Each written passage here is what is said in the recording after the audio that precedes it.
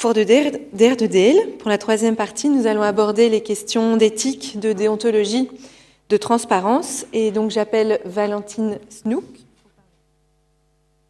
voilà, donc notre conseillère juridique chez Brelocalis, et Madame Florence Van Lamsweerde, qui est secrétaire...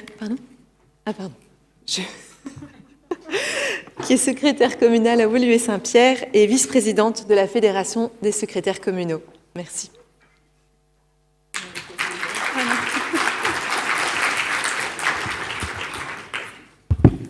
Merci beaucoup, Céline. Misschien om te beginnen, ik wou je eerst zeggen dat op de meeste van de slides, niet over, over elke slide, maar meestal, heb je een kleine informatie daaronder, Guide de l'élu, en dan de pagina's. Dus dat is de gids van de lokale mandataris. En dat zijn de pagina's die over het subject, het onderwerp gaan, zodat jullie meer informatie kunnen krijgen daarover. Donc, pour ceux qui ne l'ont peut-être pas encore vu, donc il y a en dessous de beaucoup de slides, pas tous, il y a une petite mention avec voir guide de l'élu, page 71 et suivante ici, donc qui permet de vous renvoyer vers les parties du guide qui concernent cette partie-là, et comme ça vous pouvez aller lire un petit peu plus sur le sujet et vous renseigner davantage. Il y aura aussi des liens vers nos fiches pratiques, donc, qui donnent plus d'informations par rapport à ça. Donc là, vous verrez aussi quelques informations supplémentaires. Donc voilà pour la petite info et la petite pub. Tout est disponible sur notre site, ça j'en profite. Et ça me permet de commencer donc, cette troisième partie sur l'éthique politique et déontologique. Donc il faut savoir qu'en tant que mandataire local, évidemment, vous êtes tenu à vous comporter de manière...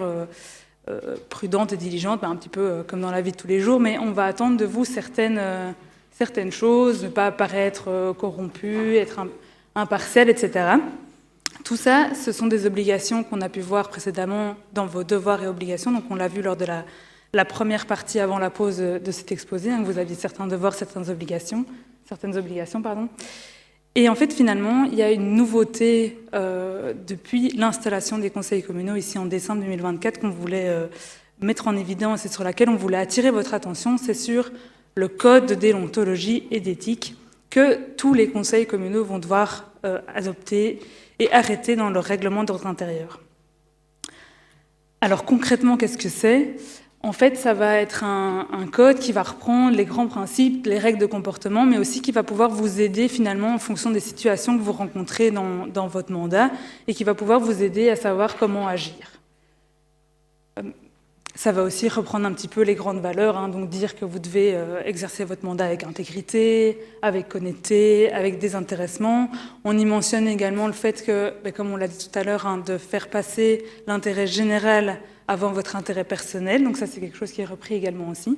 Et alors pour vous aider, je continue sur la petite pub, Brelocalis a également mis à disposition un modèle donc, qui est disponible sur le site, qui reprend justement en fait, ce code de déontologie. C'est un modèle qui est basé sur le modèle que la région a mis à disposition, mais on l'a un petit peu adapté parce qu'on trouvait qu'il y avait certaines choses qui devaient être un petit peu précisées, ajoutées. Donc je remercie d'ailleurs ma collègue Omérine Platio qui s'est occupée de faire ça et qui a permis d'avoir du coup ce modèle disponible sur notre site à votre disposition si vous le souhaitez.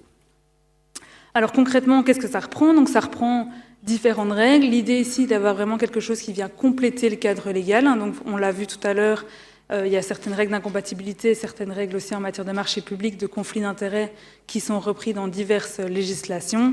Mais donc ici, ça veut venir compléter et finalement avoir un petit guide qui est à votre disposition. Donc ici, j'ai repris dans les encadrés petits pointillés là, certaines thématiques qui sont abordées finalement dans ce code de déontologie. Première chose, c'est par exemple la non-discrimination. C'est à nouveau dire qu'on traite tous les citoyens de manière égale. Il ne faut pas faire paraître par votre comportement des stéréotypes ou des préjugés. Donc ça, c'est quelque chose sur lequel il faut faire attention lors de l'exercice de votre mandat. Alors, il y a aussi un point sur l'exercice de votre mandat, hein, la présence en réunion, la proactivité, tout ça est également expliqué. On a un point par rapport à l'utilisation des équipements et des ressources de l'administration. Donc ça, c'est au sein de chaque administration, il va y avoir des explications complémentaires sur ce que vous pouvez faire et pas faire avec les ressources qui vous sont mises à disposition par l'administration. Il y a toute une partie sur les conflits d'intérêts, sur l'incompatibilité. Donc à nouveau, comme on l'a dit tout à l'heure avec Madame Petit, elle nous a bien expliqué que si jamais il y a un conflit d'intérêts, vous ne pouvez pas participer à la délibération, il va falloir sortir. Ce sera acté au PV de la séance.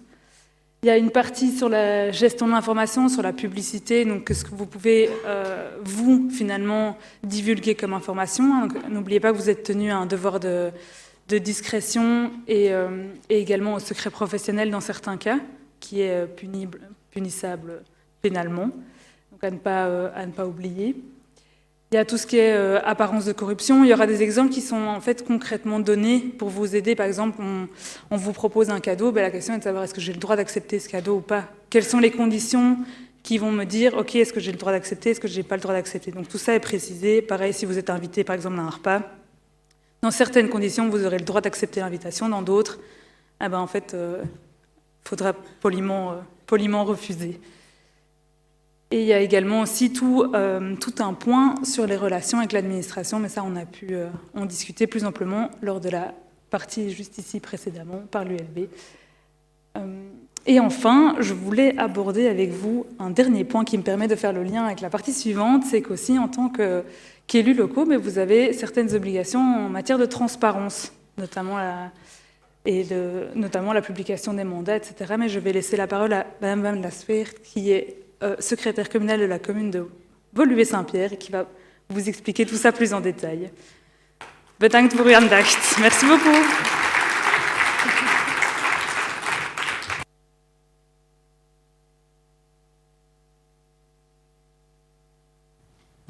Ça marche, ça marche. Bonsoir à tous. Donc moi, je vais terminer cette soirée en vous parlant de transparence. Alors pas la transparence au sens large, mais vraiment la transparence dans le sens relative à vos mandats et à la rémunération liée à vos mandats. Alors en décembre 2017, la région bruxelloise a pris une ordonnance concernant la transparence des rémunérations pour les mandataires publics bruxellois. Elle faisait suite un petit peu à cette réflexion qui avait été initiée en matière d'éthique et de bonne gouvernance, et pour permettre un peu l'amélioration de la communication vis-à-vis du citoyen par rapport à toutes ces informations qui concernaient les différents mandats publics et les rémunérations, et renforcer ainsi un petit peu la confiance du citoyen envers ses mandataires politiques. Elle est importante également parce qu'elle a mis en place un système de contrôle des rémunérations et de plafond des rémunérations. Alors c'est la fameuse règle appelée des 150%, c'est-à-dire que les mandataires publics bruxellois, dans le cadre de leur mandat, ne peuvent pas percevoir plus de 150% de l'indemnité parlementaire des membres de la Chambre des représentants. Alors en 2024, ce montant, il est fixé autour de 224 000 € bruts annuels. Donc il y a un petit peu de marge. Si ce plafond est atteint, il y a deux mécanismes. D'abord, il y a un mécanisme de plan de réduction qui doit être établi. Et ça va être généralement établi par votre secrétaire communal, dans le sens où la rémunération qui dépasse ce plafond est réduite, et elle est réduite en priorité sur la rémunération qui émane des mandats locaux, donc au sein des communes au CPAS. Donc ça, c'est plutôt une bonne nouvelle pour les finances communales. Deuxième impact, c'est tous les mandats qui seraient supérieurs, alors vont être exercés à titre gratuit. Donc il y a vraiment ce système qui a été mis en place de plafond et de contrôle des rémunérations, à nouveau, je pense, dans l'objectif de pouvoir renforcer la confiance du citoyen dans ses mandataires. J'ai pas fait passer les slides. C'est à l'envers. C'est l'autre sens, pas de souci. Voilà. Alors, ok. Par rapport aux obligations de transparence, il y a un peu deux grands pôles.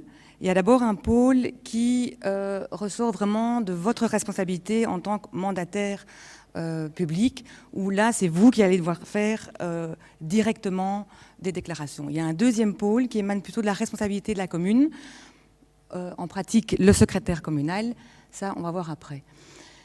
On les verra un petit peu en détail, mais vous voyez déjà ici sur ce premier slide, ce qui relève de votre responsabilité, il y a 3 types d'obligations, avec chaque fois des intervenants différents. Il y a une première partie, c'est vous allez devoir déclarer vos mandats, vos fonctions et vos rémunérations. Alors à qui? D'une part à la Cour des comptes, annuellement pour un délai spécifique qui est le 1er octobre, et d'autre part au secrétaire communal de la commune, qui lui va devoir transmettre toutes ces informations à la cellule transparence, qui est la cellule chargée du contrôle de toute cette réglementation au sein du Parlement bruxellois. Un deuxième type d'obligation, c'est une obligation de rapportage. Donc, c'est-à-dire si vous allez être désigné, certains d'entre vous vont être désignés en tant qu'administrateurs dans des intercommunales, tels que par exemple Sibelga, Vivaquois, Brulabo, eh bien, en tant qu'administrateur, vous avez l'obligation annuellement de faire rapport de votre activité en tant qu'administrateur au conseil communal. Et donc ça passe par le secrétaire communal également. Et enfin, troisième type d'obligation, déclaration de patrimoine, ça doit être fait à la Cour des comptes. Donc ici, on voit déjà un petit peu le schéma général de ce que vous allez devoir, dans l'autre sens, déclarer. Alors si on en vient un peu plus en détail par rapport à votre première obligation de déclaration des mandats, qui est concerné? Le bourgmestre, les échevins et les conseillers communaux.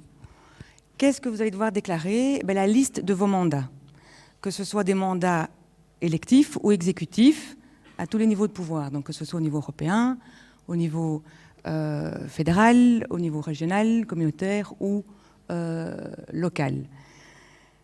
Les fonctions et fonctions dérivées qui sont exercées soit dans des organismes publics, soit dans des structures publiques ou privées, mais qui sont soumises à la réglementation sur les marchés publics. Et à chaque fois, vous allez devoir déclarer la liste des mandats et des fonctions avec les rémunérations qui y sont liées, avantages de toute nature s'il y en a, ou frais de représentation.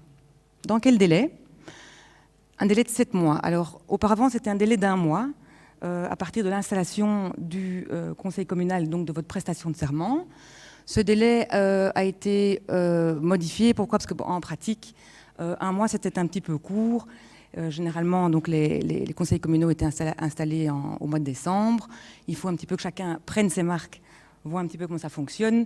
Si dans le mois, il faut déjà commencer à se préparer à toute cette obligation de déclaration, c'était court. Et aussi parce que, dans un deuxième temps, vient, et ça vous verrez dans vos conseils communaux, le moment où les conseils communaux désignent leurs représentants dans les différentes associations et structures, telles que les intercommunales ou les ASBL communales et autres associations. Et donc ça prend du temps à préparer, et donc c'est généralement présenté au conseil communal dans un deuxième temps.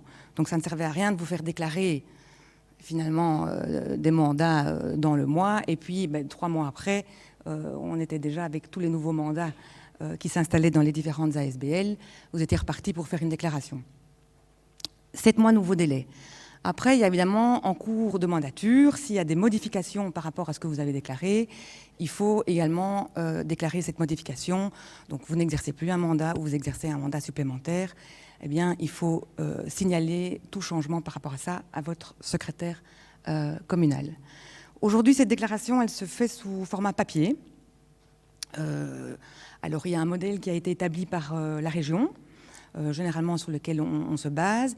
Et donc ça, voilà, les pratiques sont toujours un peu parfois spécifiques dans les communes, mais soit votre secrétaire communal vous fournit déjà un canevas de tableaux avec des éléments pré-remplis, soit voilà, vous êtes supposé le remplir vous-même. La région avait initié il y a 1 an ou 2 un projet pour mettre sur pied un système de déclaration électronique. On avait été associé avec les communes et puis on n'en a plus trop entendu parler. Et la semaine dernière, on a reçu via une newsletter de Paradigme. Paradigme, c'est donc le centre informatique de la région, en disant, voilà, bonne nouvelle, la déclaration des mandats peut être faite électroniquement via Irisbox, Irisbox, c'est le guichet électronique de la région. Donc vous pouvez vous connecter avec votre carte électronique ou It's Me. Alors c'est tout nouveau, donc on a découvert ça la semaine passée, on n'a pas encore pu trop aller vérifier comment ça se présentait. Donc voilà, il faut aller voir, s'habituer, mais en tout cas c'est un pas dans la bonne direction.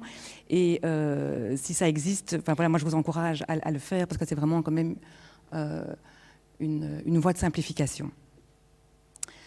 Deuxième type de déclaration, là c'est auprès de la Cour des comptes. Qui est concerné, c'est uniquement le bourgmestre et les échevins, plus les conseillers communaux, sauf s'ils ont un mandat spécifique qui rentre par une autre voie, mais je ne vais pas rentrer dans les détails parce que c'est un petit peu complexe.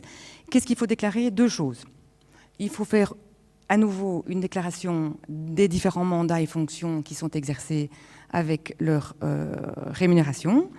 Ici, ça ne peut être déclaré qu'électroniquement via une application qui s'appelle Régiment et qui se trouve en fait sur le site de la Cour des comptes. Donc en tant que mandataire, vous allez sur le site de la Cour des comptes, vous cliquez sur l'onglet mandataire et là, vous faites votre déclaration par voie électronique. Cette déclaration doit être faite pour le 1er octobre de chaque année.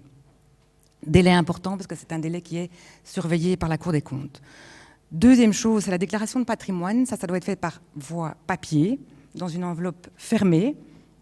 Et donc, vous devez y faire votre déclaration de patrimoine, à savoir vos biens immobiliers, vos actions ou obligations et vos biens mobiliers avec une certaine valeur, tel genre des œuvres d'art. Si vous possédez des œuvres d'art d'une certaine valeur, vous les mettez dans votre déclaration de patrimoine.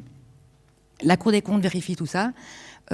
Si les déclarations ne sont pas rentrées, il y a des amendes avec un système de récidive et vous voyez même ça peut aller jusqu'à une sanction d'inéligibilité pour 5 ans.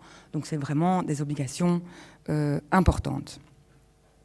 J'ai oublié de vous le préciser, mais par rapport aux deux, il y a chaque fois, en fait, il existe un vademecum sur le site du Parlement bruxellois pour ce qui est la première partie et sur le site de la Cour des comptes pour la déclaration ici Cour des comptes. Ce sont des vademecums super bien faits, très clairs et qui détaillent un petit peu les différentes définitions de quel mandat, quelle fonction dérivée, parce que franchement parfois c'est assez compliqué de s'y retrouver. Donc vraiment 2 documents sans hésitation à les consulter, à les imprimer et à garder dans vos tiroirs. Troisième type d'obligation que les mandataires publics ont, c'est ce rapport des administrateurs. Donc ça concerne le bourgmestre, les échevins et les conseillers. Ça concerne finalement celui et celles qui vont être désignés dans ces intercommunales. C'est un rapport à établir à titre individuel, parce que donc généralement, chaque année, il y a les assemblées générales des intercommunales qui éditent des rapports d'activité. Ici, on demande que l'administrateur puisse produire un rapport personnalisé pour un petit peu déterminer le suivi de ses présences aux assemblées, les matières qui y ont traité, et revenir vers le conseil communal pour présenter ce rapport annuellement. Alors là, il n'y a pas de délai, mais généralement, les assemblées générales des intercos se tiennent mai-juin. Donc, cette présentation est faite au conseil communal dans la foulée, soit le conseil communal du mois de juin, soit le conseil communal du mois de septembre, puisqu'il n'y en a pas en juillet-août. Ça, c'était vraiment pour ce qui concernait vos obligations directes. À côté de ça, la commune, le secrétaire communal a aussi un petit peu de boulot et a 2 obligations qui se font évidemment principalement aussi sur base des informations que vous allez leur communiquer. La première chose, c'est qu'ils doivent établir un rapport annuel qui concerne les bourgmestres, les échevins et les conseillers, et dans lesquels, à nouveau, on va devoir y reprendre vos mandats et toute une série d'informations, de relevés d'informations. Dans ce relevé, il va falloir mettre le relevé de vos présences en conseil communal ou en commission du conseil pour les communes qui ont des commissions du conseil. Il va falloir faire le relevé de vos rémunérations, avantages toute nature et frais de représentation s'il y en a dans le cadre ici de votre mandat local. On reprend aussi les voyages auxquels vous avez participé si vous avez été autorisé à participer à un voyage par votre commune, et également, c'est pas mis sur le slide, mais les outils qui sont mis à votre disposition par la commune, les outils informatiques, téléphone s'il y en a, etc. Ça, c'est un rapport qui est rédigé par le secrétaire communal. Il y a un délai dans les 6 mois de la fin de l'année civile, mais en pratique, c'est une annexe en fait aux comptes annuels qui passe au conseil communal parce que la tutelle a demandé que ce rapport transparence puisse être annexé aux comptes annuels, qui sont présentés généralement au conseil communal du mois de mai ou de juin. Donc ce rapport sera réalisé à ce moment-là.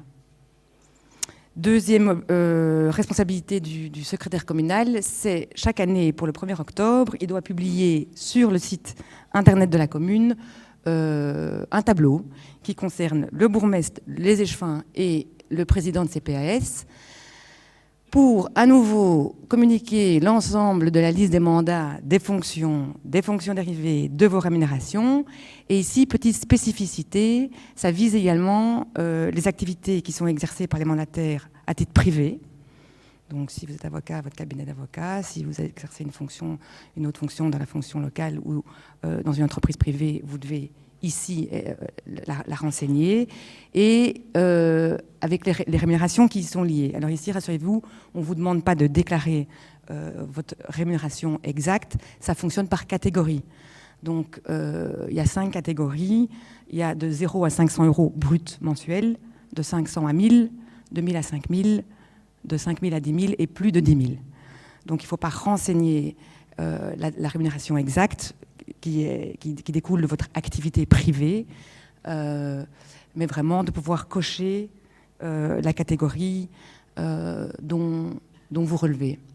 Et également, si vous travaillez dans un organisme qui est soumis à la législation par marché public, à nouveau, on doit déclarer votre situation. Ça, c'est pour le 1er octobre. Toutes ces obligations sont contrôlées par la cellule transparence du Parlement. Et franchement, ils le font. Donc, en tant que secrétaire communal, on observe, on est de plus en plus contacté par des agents de cette cellule qui nous demandent des informations, qui nous disent « Tiens, là, je vois qu'il y a eu un changement d'échevin, je vois que le mandataire n'a pas encore fait sa déclaration. » Donc, vraiment, ils sont vigilants. Alors, en conclusion, par rapport à cette idée de transparence des rémunérations, on voit qu'on a été vers une plus grande transparence, une meilleure communication. Mais franchement, dans les faits, on n'est pas encore tout à fait dans une grande simplification. Vous l'aurez constaté, finalement, vous devez déclarer toute une série de choses qui parfois se recoupent, mais vous ne devez pas la déclarer à la même personne, pas au même endroit, pas dans le même délai, une fois sous format papier, une fois sous format électronique. Donc franchement, c'est vrai que déjà pour nous c'est compliqué. Alors franchement, pour les mandataires publics, d'autant plus les nouveaux élus, franchement parfois on y perd son latin. Donc voilà, prenez ces vademecum. J'ai bon espoir qu'on aille vers un système plus numérisé, plus centralisé, et peut-être un rêve, j'en sais rien, il faut toujours être optimiste, mais qu'un jour il y ait un seul et même endroit où finalement vous alliez encoder ces différentes informations avec un seul délai, et que derrière, ces informations puissent être dispatchées ou utilisées par la Cour des comptes, par les communes, par le secrétaire communal, par la cellule transparence de la région. Franchement, ce serait une énorme amélioration pour vous, pour nous, les communes, parce que franchement, derrière, il y a quand même du boulot aussi, et je trouve que la transparence, c'est vraiment nécessaire, mais la simplification administrative fait partie, à mon avis, d'un objectif assez essentiel également. Alors, un tout dernier petit mot par rapport... Voilà, Bruno Calice avait prévu un dernier slide sur la responsabilité des mandataires. Pourquoi ? C'est parce qu'évidemment, dans le cadre de votre mandat, vous allez poser des actes, vous allez prendre des décisions, et que donc vous pouvez de la sorte être tenu responsable. Alors, comme tout citoyen, vous avez une responsabilité civile. Si vous commettez une faute qui, avec un lien de causalité, crée un dommage à un tiers, vous allez pouvoir être tenu responsable. Idem pour votre responsabilité pénale. S'il y a une infraction pénale qui est posée, votre responsabilité peut être mise en cause. Alors, ça peut être quoi? On l'a vu tout à l'heure, donc en tant que mandataire public, conseiller communal, vous avez un droit de regard, donc vous avez accès à vraiment pas mal d'informations au sein de votre commune.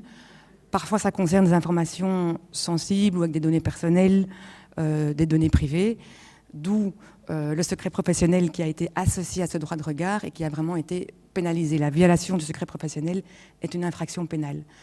On parle aussi maintenant de plus en plus de RGPD au sein des communes.